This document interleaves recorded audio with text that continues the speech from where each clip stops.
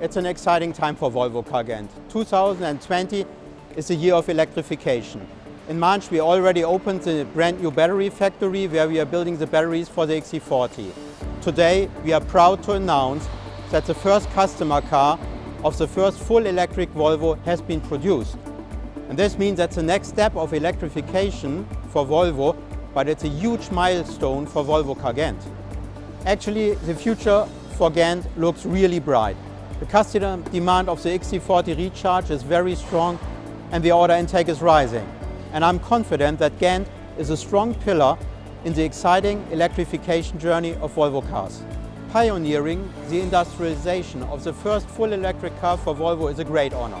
This is a huge cross-functional challenge, and at first I want to thank all of the colleagues in the plant for launching the product today.